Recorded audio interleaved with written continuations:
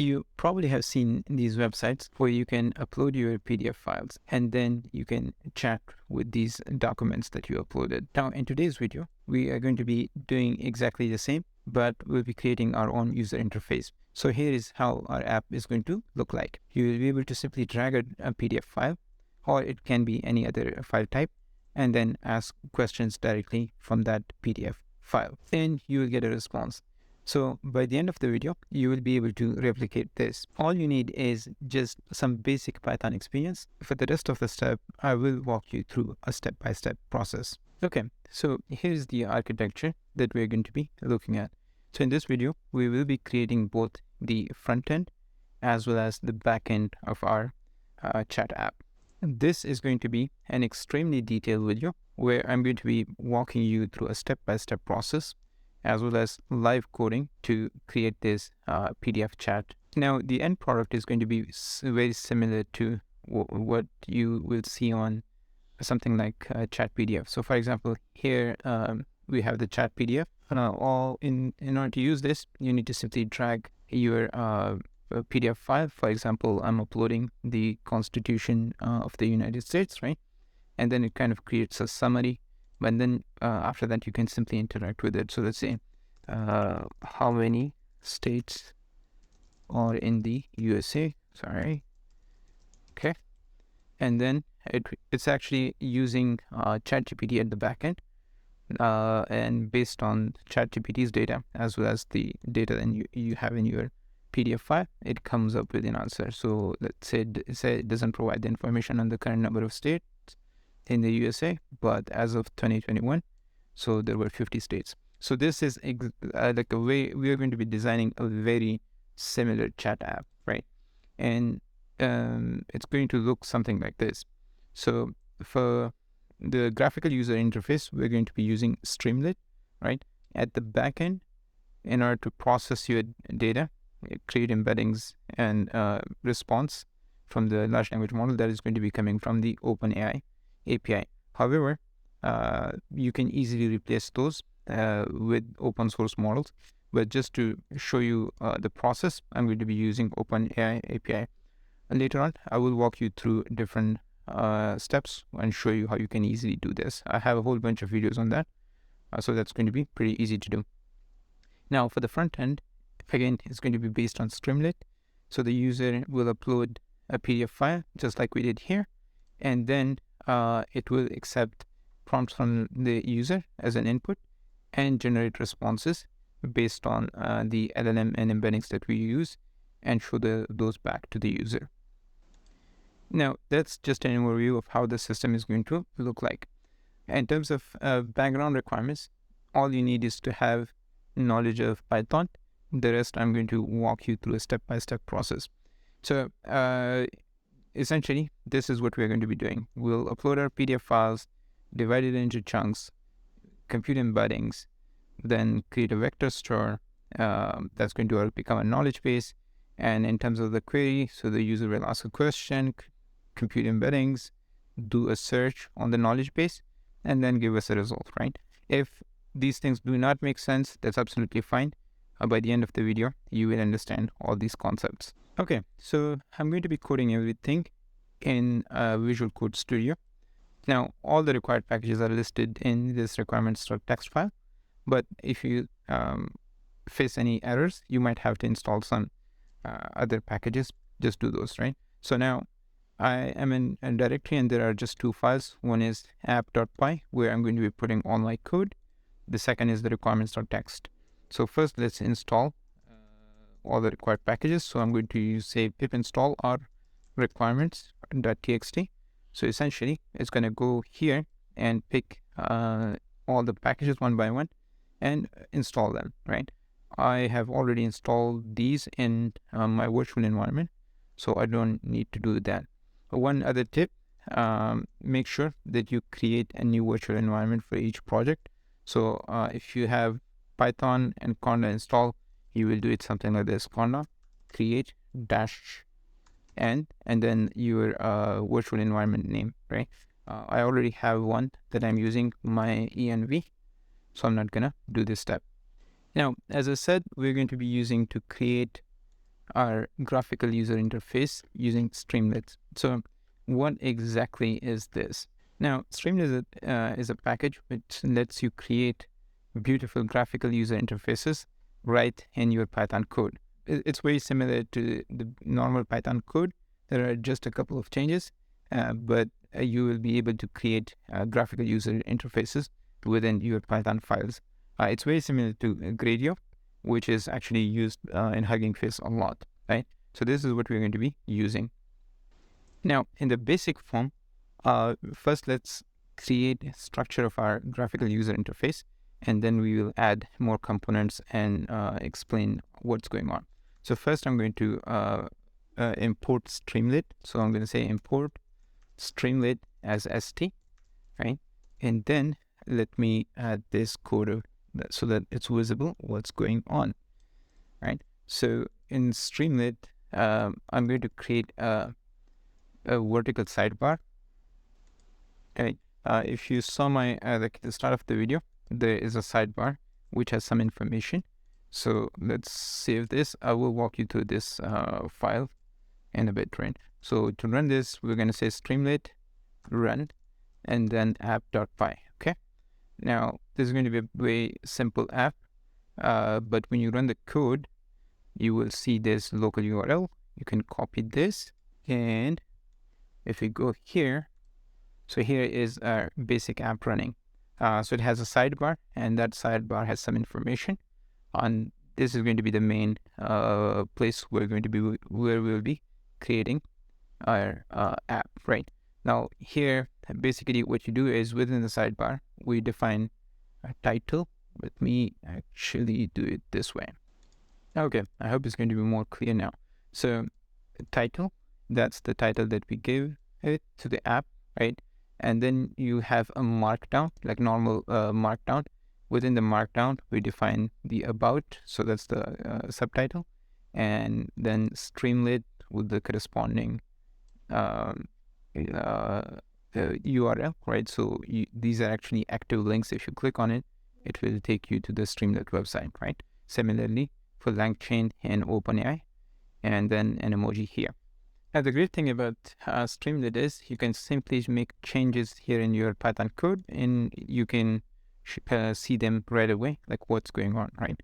So for that, we'll just need to rerun. I'll show you in a bit, right? So first, we will use this as a starting point for our file, and I'm going to define a main function here, right? So whenever we run this file, it will be going to this main function. Now, if you want to write some text here, so the simplest way is to say st.write. It's very similar to what you will do it in a print command. So let's say hello, right? And then you save your PDF file, the Python file. And here you can just click on rerun. And now we see that we have our text shown up here. Okay, so that's how Streamlit works. But what I'm going to do is I'm going to go ahead and add a header here, right? So header is header of the page, like it's going to be shown in here. So if I click save this, rerun it, now we have a header. Okay, so that's going to be the header of our web page or web app. Okay, I'm going to hide the rest of it, the sidebar, right? Because I think we were going to be working here. Okay, now next, just similar to this website, we want to provide the user where they can upload their PDF files. So for that, we're going to say PDF is equal to st, so that's Streamlit. And then we're going to say file uploader. And there we can show the user a message. So let's say upload your PDF, right? Then what type of file it's going to be. So we'll say PDF, okay? Now this will basically, if we rerun, so we have a place where the users can now upload PDF files. And there is a limit of 200 MBs per file. Okay, so this will simply upload the PDF file. But now let me show you how the upload is going to actually work, right? So here I'm dragging a PDF file. That's the US Constitution, right? And it uploaded the file. Okay, so this simply uploads the PDF file, but now we need to somehow read it. So for that, we're going to be using the PDF reader from PyPDF2 package. Okay, now in order to read it, a PDF file, here's what I did. So I took the PDF object, that's the uploaded object, right? Pass it to the PDF reader, and we are going to get the PDF file itself, right? So let me see whether we can look at the object itself or not. So PDF underscore reader, right? Okay, so I'm going to save this. Let's try to upload a file, right? And you see now it's showing the object that we just uploaded, right? So this is the PDF reader. Okay, now there is one issue with doing things this way. Let's say if I rerun this for the first time, so I haven't uploaded a file yet, and you see it's actually throwing an error, right? And the error is coming from here. If I say st dot right, so PDF, okay, now we run this again, right? So since we haven't uploaded any file yet, the uploader is returning a none, right? But if we upload a file, right, so now you see it's the upload file object, and we get a PDF file reader object here as well. Okay, now in order to take care of this, we can do a very simple thing. So I'm going to just remove that, right? I will say if PDF is not null. Okay, so we simply check whether a file is uploaded or not, right? If it's not uploaded, don't even execute this code of block, this block of code. Okay, if it's uploaded, only then execute this. So let's see. I'm going to rerun this again, right? So nothing is uploaded, no issues at all. And if I upload a PDF file, we see this object. Okay, so this is great. Okay, so now we only have the PDF reader object, and we need to read data from it, right? So the way you want to do it, specifically for Langchain, you want to read one page at a time. Now, in order to do that, we can do it this way, right? So there are multiple ways. I have other videos which goes through it, but an easier way would be, so for page in PDF reader, right, dot pages. Okay, so it simply will take one page at a time, right? And then we append the text of that page into this text variable or object that we just defined, right? So we're going to call the extract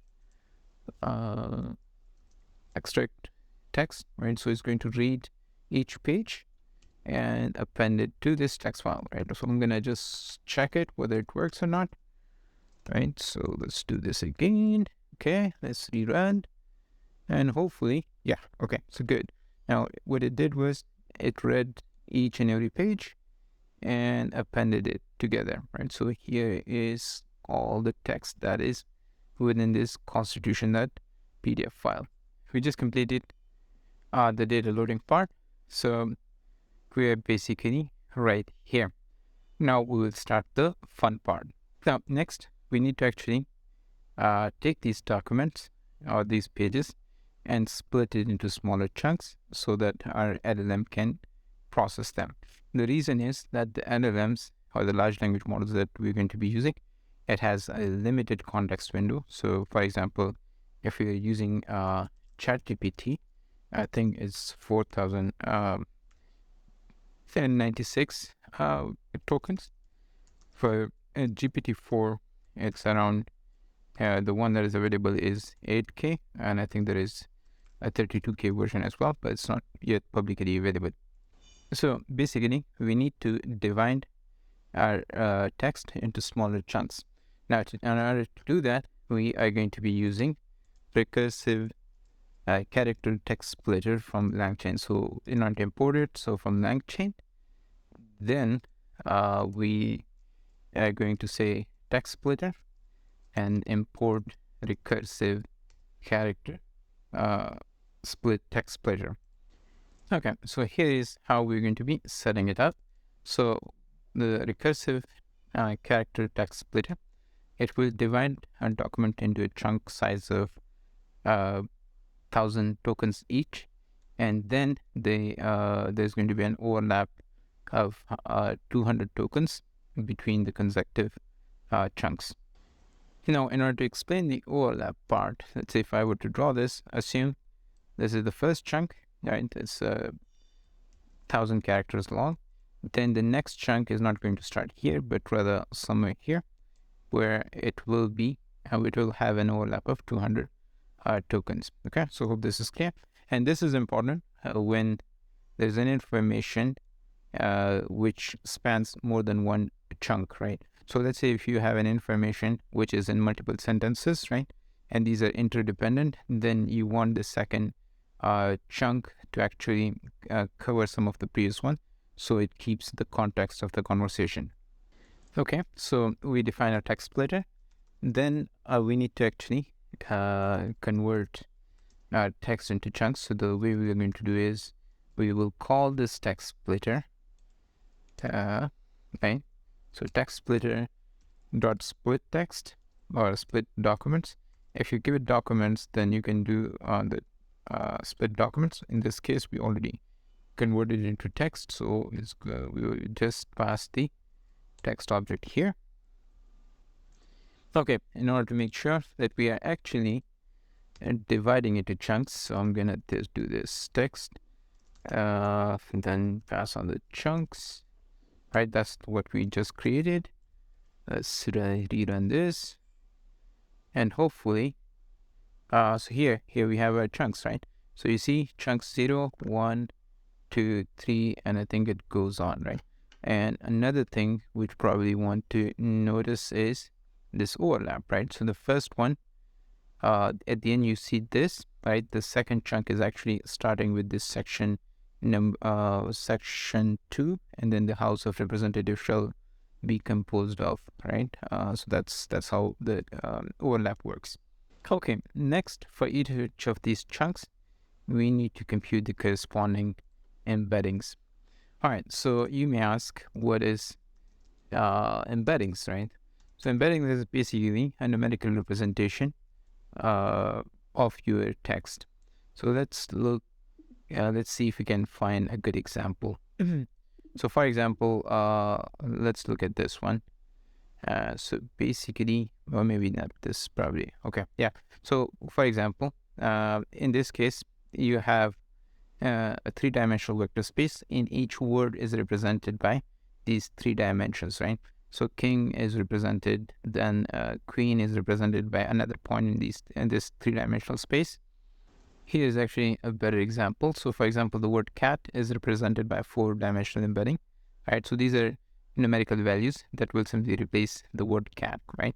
Now, the vector embedding that we are going to be using, it takes each chunk and represent that chunk as a vector of numbers.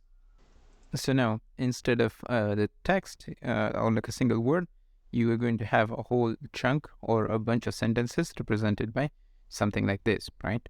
A bunch of numbers. And then what you can do is you can find which chunks are very similar to each other by simply comparing the vectors or embeddings. Okay, so hope this concept of embedding is very clear.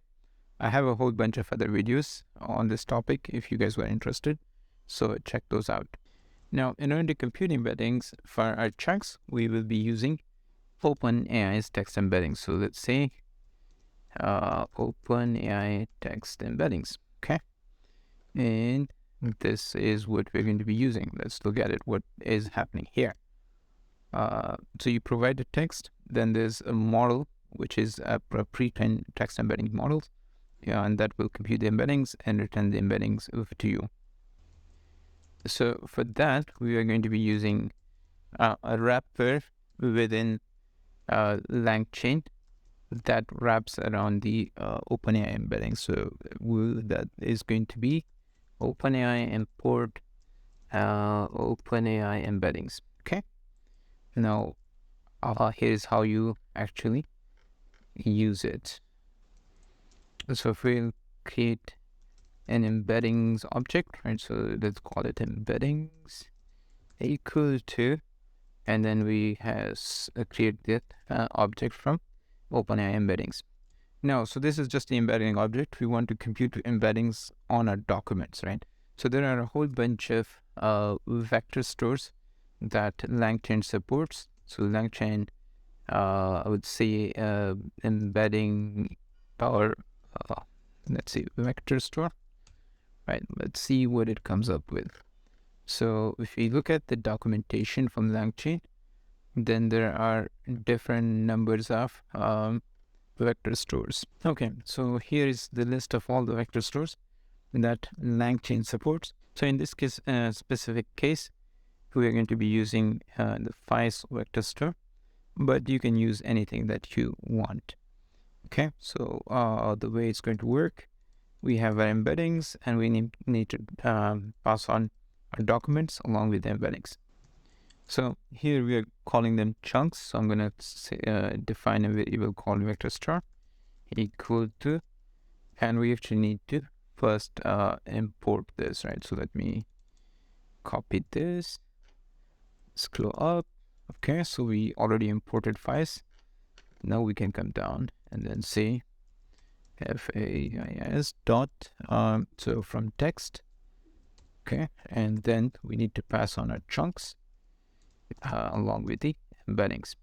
Now, there is one thing you need to be very careful about, and that is the cost associated with running it multiple times. So what do I mean by that? Every time you upload a new file, so we're going to get, like you are going to run all this code at it, and it will compute the embeddings again, right? So that will incur charges because we're going to be calling the OpenAI's API. And so with each run, that will add up to your cost. So you don't want to do that, right?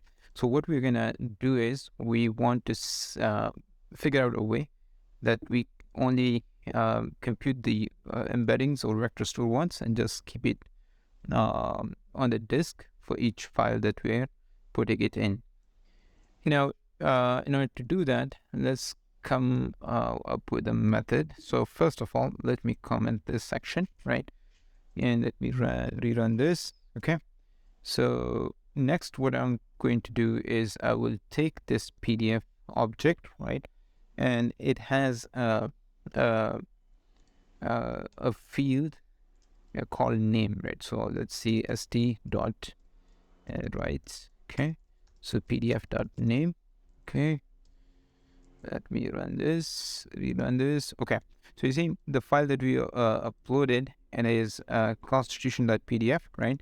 And then we are simply printing that.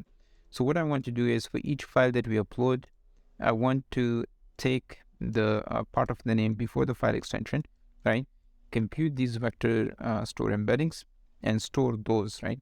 So next time when I upload a new file, I will just check whether these vector store embeddings exist on disk with this file, with this name or not, right? So if they already exist, we don't need to run this part at all, right? So this will save us a lot of money.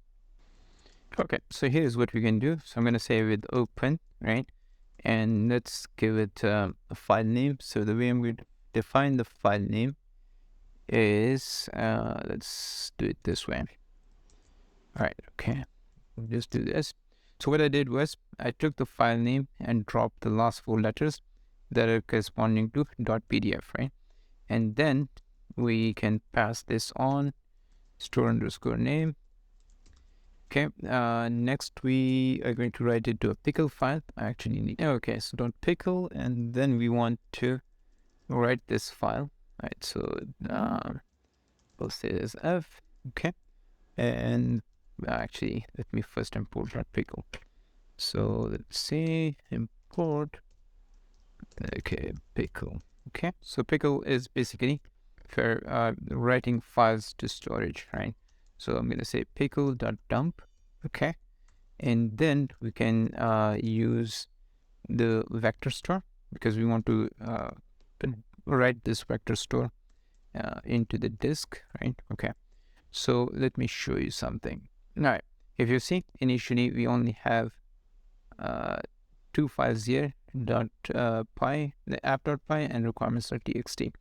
And actually, we need to also store the OpenAI API key, because without that, this is going to give us an error. But let me run this and you will see what I mean, and then we can fix this. Okay, so let's do this. Then let's rerun, right? And you see validation error for OpenAI embedding, right? So it's not able to get the OpenAI API key. So we need to first provide that. So I'm gonna just actually, okay, let's do that first. Okay, so I'm gonna create a .env file here, right? And within this file, we'll type OpenAI underscore API underscore key. Okay, is equal to then the key that we're going to be using. Now it has to be exactly like this, right? Then you need to go to your OpenAI account. So let's say that's going to be platform.openai, right? In this case, I have a whole bunch of keys, but you can create a new one, give it a name, and then simply copy that and paste it here. Okay, so I pasted my OpenAI key. Here's how it's going to look like. I will delete this right after creating this video. Okay, so now we need to actually load that API key. So for that, we are going to be using from .env import load environment variables, right? So there's a function called load .env, right? So that will load the environment variables. Now we can do it two ways. We just need to call this function. So you can do it here, for example, just outside of the main function, because it's sequential execution, so it will execute that code. Or you can define, or you can call that function. Let's just actually do it here. Okay, so just make sure it works. Okay, as you see, there are just 3 files. So the environment, app.py, and requirements. But if we run this now, so it's supposed to write our vector store into the disk, right? So let me save this. Let's rerun it. So hopefully we are not going to see. So I'm having this error because the file name that I give it is wrong. So env. Okay. So hopefully now this will run. Let's actually save this. Save this. Okay. Rerun. And okay. All right. So loading files, and then successfully loaded files with this, right? Okay, perfect. Okay. Now, if you look at it, so there is a new file called constitution.pickle. Okay. Now, so we are writing it to the disk, but even if we run this again, so it will recompute the embeddings and write again to the disk, right? So first we need to check whether this file name exists or not. If it exists, so we don't write it to the disk anymore. Okay, so in order to do that, let's put a condition here. So I'm going to say if os.path.exists, right? So first check whether a certain path exists or not. So we can just copy this, put it there, right? So first we are checking that if this path exists, then we simply need to read it. So with open, that's going to be, I guess, the same thing, right?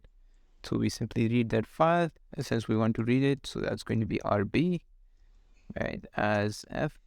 Okay. And then we will read the file and store it in this vector store variable, right? So in order to read the file, since it's pickle, so we're going to say pickle.load F. Okay.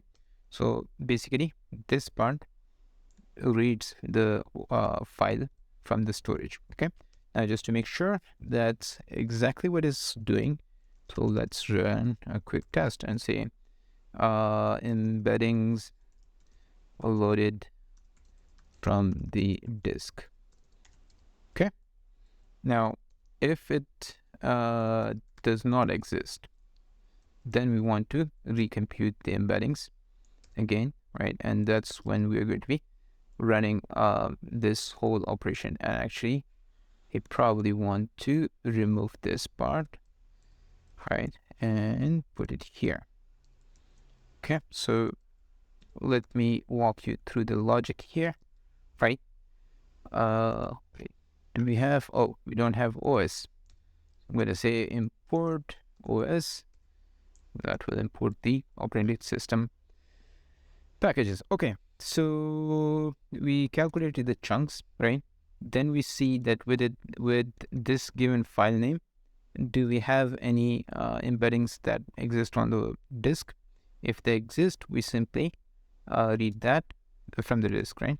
If the embeddings do not exist, then we create an embedding objects using the OpenAI embeddings.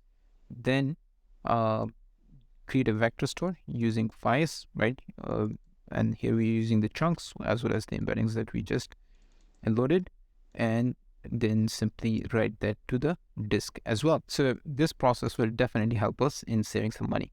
Now let's test this, because we want to make sure that it actually is reading from the disk. Okay, so if I run this and it's reading from the disk, so we will be seeing this message actually. Let me add another message here. So we'll say embeddings, simply say embedding computation completed, right? So if it's a new file, then we should see this message. Otherwise, we should see that message. Okay, let's rerun, right? And it says embeddings loaded from the disk. That means it was simply reading this. Okay, awesome. Okay, so I'm going to comment this section out as well as this, because these are just for logging purposes. All right, let me just save this, rerun. Okay, awesome. Now, next we need to be able to accept an input or query from the user, right? So if you go here, right, let me just drag the file again. Okay, so now it gives us this box where we can actually ask questions, right? So we want to do something similar. All right, so in order to do that, so I'm going to say accept user question / query, right? Now, so a simple way of doing this is to use the text input, right? So I'm going to say query equal to st, that's the Streamlit, and text underscore input. Okay, and then we can simply put a message here. So we'll say ask questions about your document or your PDF file. Okay, and that's it, right? So let's run this again, and here we have an input box, right? So we can say what is the capital, oops, sorry, of USA, right? I don't know if that information is in the constitution or not, but right now, like, nothing is happening, right? But actually what we can do is we can do something like this, st dot right, and then query. Okay, so basically we want to make sure that whatever the input is, we are able to capture that and write it back. Okay, so now you can see the input was what is the capital, and it simply repeat that, right? Because we're just writing that, so it works. Okay, so going back to our architecture diagram, so this is what we did so far. We created the knowledge base and stored it as a files, right? Then we are able to accept questions from the user as well. Now we need to compute embeddings based on the question, right? And do a semantic search. So when we do semantic search, the result is going to be a bunch of documents which the system thinks that they are similar to our query. Okay, so how do we actually do this? So this is the operation that you want to perform on your knowledge base or vector store, not on the LLM, right? In order to do this, we can say docs is equal to the vector store that we defined, right? Then dot similarity. So basically, we want to find similar documents, right? And we will pass on our query. Okay, so that's going to be our query. Okay, so what's going to happen? Again, just to reiterate the point, it will get the question, compute the embeddings using the OpenAI embeddings, right?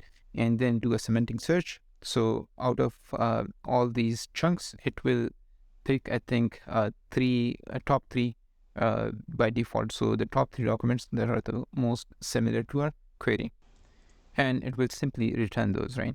So I'm gonna say, actually, let me make sure that we do not run into any issues. So I'm gonna say if query, because I want to make sure a question was asked before we process. Before we process this segment. Okay. So if no question is asked, this will throw an error. But we want to make sure that we ask a question, and then it simply gives us the documents, right? And let's do this for debugging purposes. Let's also look at the documents that were written. All right, okay. So I'm just running this, and now you see that when I ask the query, right? So it will return top 3 documents where it thinks the relevant information is there. So let's say if we change this to how many states are in the USA, right? So it should give me more documents, right? So in this case, there are actually 4 different documents, not 3. Okay, I think you can pass this parameter called k, which defines the number of documents that you want to return, like the top 3, 4, 5, right? And this is going to be important when we are dealing with the large language models. This is where the concept of the context window comes in, because what's going to end up happening is this step simply returns us the most relevant documents, right? Then you take these most relevant documents and feed those through the large language model. So that becomes the context for the large language model. And along with the query and this context, the large language model tries to generate a response, right? So if you pass like 4 or 5 documents, it might be exceeding the context window that the LLM has, and it's going to start throwing errors, right? So in this case, we'll just stick to 3, and I hope this is going to work. Let me run this again. And yeah. So now we are just seeing 3 documents, 0, 1, and 2. Okay, so we are almost there. Now we need to do the final step. So we returned our documents. Those are the rank results, right? So we are going to be feeding that as a context to the LLM, right? In this case, we're using OpenAI LLM, right? And then we will feed in the question plus the context to get the result, right? And for this purpose, we are going to be using chains from Langchain. Okay, so we're going to be using this question answer chain. It needs an LLM. In our case, we're going to be using OpenAI, and then the type of chain. Okay, so let's set it up. Okay, so first we need to load the wrapper for the OpenAI large language model. So I'm going to say from Langchain dot, this is going to be using LLMs, and then import, and then OpenAI, right? So that's the OpenAI LLM. We can actually define the type of LLM that you want to use. So for example, by default, it's going to be using the DaVinci model, but you can change it to other models such as the ChatGPT, like the Turbo GPT 3.5 Turbo, right? So I'll show you how you can do that as well. So first, let's say LLM is equal to OpenAI, right?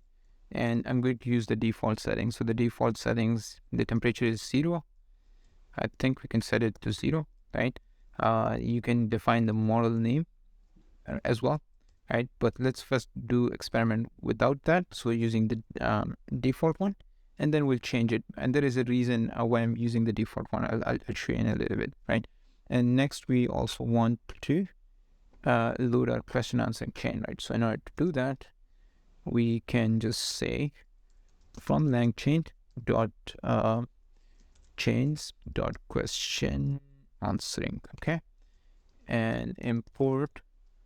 So that's going to be load QA chain, okay. So now there are 2 versions for this. There is this load QA with sources, I think, as well, that you can use that as well. But right now, I just want to get answers. We already looked at how to get the relevant documents. So I don't think we need that for this specific example. Okay, so we define our LLM. Then we're going to say chain is equal to load the question answer chain. We pass our LLM, which is OpenAI LLM in this case. Then we need to define the type of chain. So chain type is equal to stuff. There are, I think, 4 different types that you can define.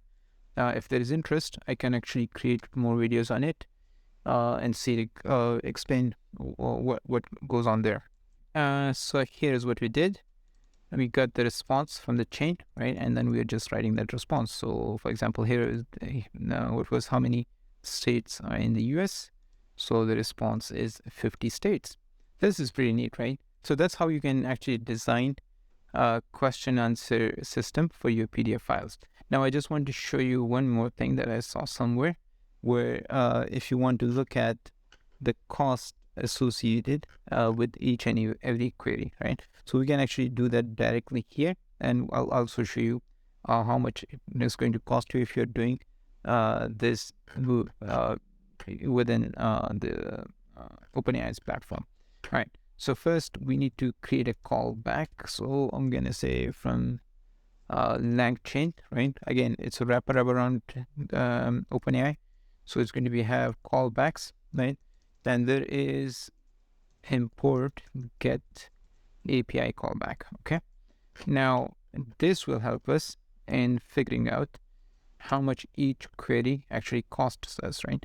So the way you do this specific part is you wrap around it with wrap around the code that you want to run. So in this case, we're getting response. So I'll say with get OpenAI callback. All right, so that's as CB. Okay, and then we get the response, but I will also let's say print the callback. Okay, so whatever results we get from OpenAI, and we'll print that, but it doesn't really have any impact on what else we are doing here. So let's just remove this one. Okay, let's store this. Let's run it again. Right. Okay. Now, if so there is absolutely nothing going on at the moment. But if I say how many states are in the US, right, and click enter, right, so we get a response of 50. And here, if you see at the bottom, it says tokens used 587, right? The completion tokens was 1, right? So, and then the total cost associated with it is 0.01714 cents. Now, if you go here, right? So, based on our initial example that we just saw, it's actually pretty expensive. But here you can see for chat, they say to use this GPT 3.5 turbo model, and it's a lot less expensive, right? But let's run the query using this model now. Now, in order to change the OpenAI model, I'm gonna say name underscore model, or actually this was model underscore name, okay? And then we can provide GPT 3.5 turbo. Okay, now here is the difference that you will see in the response as well. Right? So let me save this, run this again. Okay, let's ask it the same question. Okay, and run it, right? Wait, there is an error. Oh, okay. Now it's actually saying that it's a warning. The way we're doing the model. Okay, so we directly want to use chat OpenAI. Okay. Anyways, now if you look at the cost is much lower. That's 0.0015, right? However, if you look at the response, it says, as of now, there are 50 states in the US. However, the provided context doesn't explicitly state this information. So it seems like it couldn't find it in the documents or the chunks that the vector embeddings retrieved. But since it's a ChatGPT model, so it has information related to like the rest of the data it was trained on, right? So it's not specifically just looking at the PDF file, but just using other information as well. Now, there are ways around it where you can restrict it. And it's, I think, very similar to what they are using. So, for example, if I ask exactly the same question here, right? So we will see a very similar response. It says, I'm sorry, but the information you are looking for is not included in the pages of the PDF provided. However, as of 2021, there are 50 states in the US. Now, this was a very long video, but I hope you learned something new. At the back end, most of the chat app applications that are out there, which says like chat with you on documents, is using exactly same technology. If you're still here, you probably want to check out our Discord server. So we have a new Discord server over there. We talk about generative AI stuff, and I think it would be a good learning place. So I would hope to see you there. If you can and would like to support the work I'm doing, so check out my Patreon as well. You can support me there. If you have any questions, put them in the comments below, and I'll try my best to answer them. If you haven't subscribed, consider subscribing to the channel. Thanks for watching. See you in the next one.